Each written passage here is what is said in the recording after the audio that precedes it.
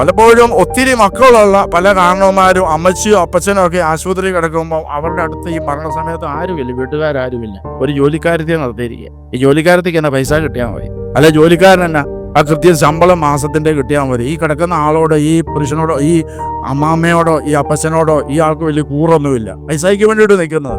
ചോദിച്ചു കഴിയുമ്പോഴാണ് മനസ്സിലാക്കുന്നത് മക്കളെല്ലാം വിദേശത്താണ്, അവർക്കൊന്നും നേരമില്ല. ഇവരെ കയ്യും കാലും വളരെ തണ്ടോ നോക്കി വളർത്തിയ അപ്പന്റെയോ അമ്മയോടോ മരണക്കിടക്കയുടെ അടുത്ത് നിൽക്കാനായിട്ട് ഇവർക്കൊന്നും നേരമില്ല, സമയമില്ല, സാധ്യതകളില്ല. ഞാനൊരു അമ്മച്ചിയെ കണ്ടു. ആ അമ്മച്ചിക്ക് 5 പെൺമക്കളുള്ളത്, 5 പെൺമക്കളേ ഉള്ളൂ, ആൺമക്കളില്ല. അവർ 5 വിദേശ രാജ്യങ്ങളിലാണ്, പല രാജ്യങ്ങളിലായിട്ട് നേഴ്സ് ജോലി ചെയ്യുന്നവരാണ്, ലക്ഷങ്ങൾ സമ്പാദിക്കുന്നവരാണ്. ഈ അമ്മച്ചിയുടെ അടുത്ത് ഈ 5 പേരും വന്ന് നിൽപ്പുണ്ട്. ഒരു ഇന്റർവ്യൂ പോലെ ഞാൻ അവരോട് ചോദിച്ചു, ചുമ്മാ മറ്റ് സംഭവങ്ങളൊക്കെ കണ്ടതുകൊണ്ട് ഞാൻ ചുമ്മാ അവരെ ഒന്ന് പരീക്ഷിക്കാനായിട്ട് ചോദിച്ചു, നിങ്ങൾ എന്നെ എല്ലാവരും ഓട്ടി പിടിച്ച് വന്നിരിക്കുന്നത്, അങ്ങനെ അവധി കിട്ടുമോ? അവർ പറഞ്ഞത്, അച്ഛാ അവധി കിട്ടണമല്ലോ, ഞങ്ങളുടെ ആവശ്യമാണ് ഈ അമ്മച്ചിയെ നോക്കേണ്ടത്.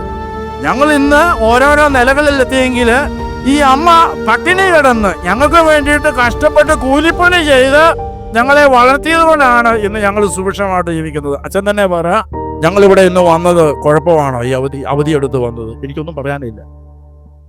ഇങ്ങനെ 2 അവസ്ഥകൾ നമ്മളിന്ന് കാണുന്നുണ്ട്. നിങ്ങൾ ഓരോരുത്തരും പരിശോധിച്ച് നോക്ക്. നമ്മുടെയൊക്കെ വീടുകളിൽ ഒരു പ്രശ്നം വരുമ്പോൾ നമ്മൾ നമ്മളെ തന്നെ രക്ഷിക്കാനാണോ നോക്കുന്നത്, അതോ നമ്മുടെ കുടുംബത്തിലുള്ളവരെ സംരക്ഷിക്കാനാണോ നമ്മൾ പരിശ്രമിക്കുന്നതെന്ന് പരിശോധന ചെയ്യുന്നത് നല്ലതായിരിക്കും.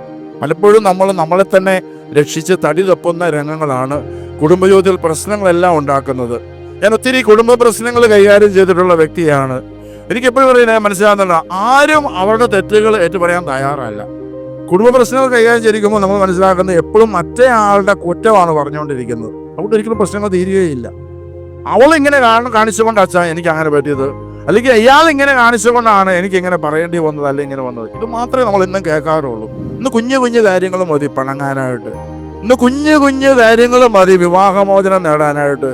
ചിലപ്പോൾ പിരിയാൻ പോകുന്ന പുതിയ ദമ്പതികൾ, നവദമ്പതികൾ എൻ്റെ അടുത്ത് വരുമ്പോൾ ഞാൻ അവരോട് കാരണം ചോദിക്കും. അവരോട് കുഞ്ഞു കുഞ്ഞു നമ്മൾ ഈ ഉള്ളി പൊളിക്കുമ്പോഴത്തെ പോലെയുള്ള പ്രശ്നങ്ങൾ.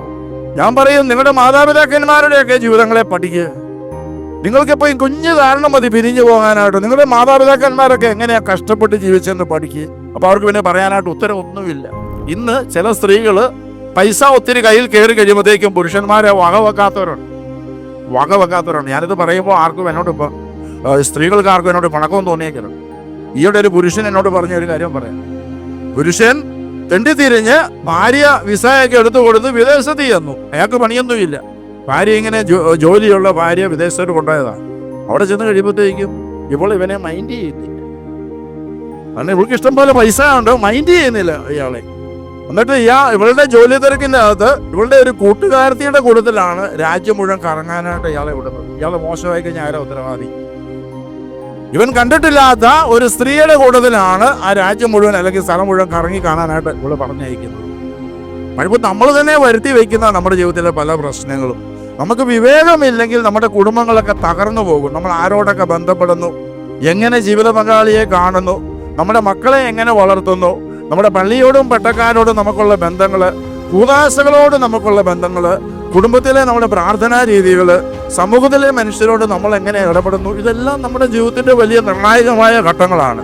ഇന്ന് പല കുടുംബങ്ങളുടെ പ്രശ്നം നമ്മൾ ഒത്തിരി സംസാരിക്കുന്നു എന്നുള്ളതാണ്. ചില കുടുംബങ്ങളിലെ പ്രശ്നം ഒട്ടും സംസാരിക്കുന്നില്ല എന്നുള്ളതാണ്. മൊബൈൽ അങ്ങോട്ട് അഡിക്ഷൻ കയറിയിട്ട് മിണ്ടാൻ നേരെ, അതും അപകടമാണ്. ഒന്നും മിണ്ടുന്നില്ലെന്നുള്ളതും ഇന്നത്തെ കുടുംബത്തിൻ്റെ അപകടമാണ്.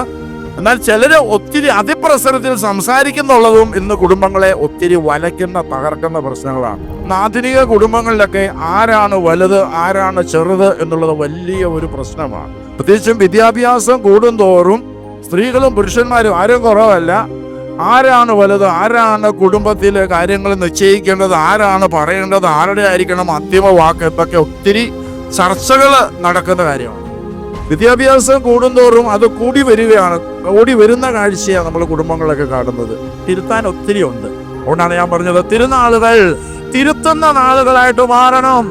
തിരുനാളുകൾ വെറുതെ പെരുന്നാളുകളായതുകൊണ്ട് ആർക്കും ഉപകാരമില്ല. കുറെ ചെണ്ടയൊക്കെ കേട്ടു, കുറെ കതിന ഒക്കെ പൊട്ടി, നല്ലതാണ്, രസമുണ്ട് കേൾക്കാനൊക്കെ. പക്ഷേ കതിന പെട്ടെന്ന് തീരും, കുടുംബം പിന്നെയും മുന്നോട്ട് പോകുക. കതിനായും വെടിയൊക്കെ പെട്ടെന്ന് തീരും, കുടുംബം പിന്നെയും മുന്നോട്ട് പോകുക. ഇവിടെ നമുക്ക് പരിശോധിക്കാം. കുടുംബജീവിതം വിശുദ്ധമായിട്ട് നയിക്കാൻ ആഗ്രഹിക്കുന്ന അപ്പന്മാർ, പുരുഷന്മാർ യോസേപ്പിതാവിൻ്റെ ജീവിത ശൈലി ഒന്ന് പഠിച്ച് മനസ്സിലാക്കുന്നത് വളരെ ഉപകാരപ്രദമായിരിക്കും. അതുപോലെ തന്നെ പരിശുദ്ധ അമ്മയുടെ ജീവിത ശൈലിയും അമ്മമാർ, സ്ത്രീകൾ പഠിച്ച് മനസ്സിലാക്കുന്നതും നമ്മുടെ എല്ലാവരുടെയും കുടുംബജീവിതം നന്നായിട്ട് നടത്തുവാനായിട്ട് ഒത്തിരി സഹായിക്കും.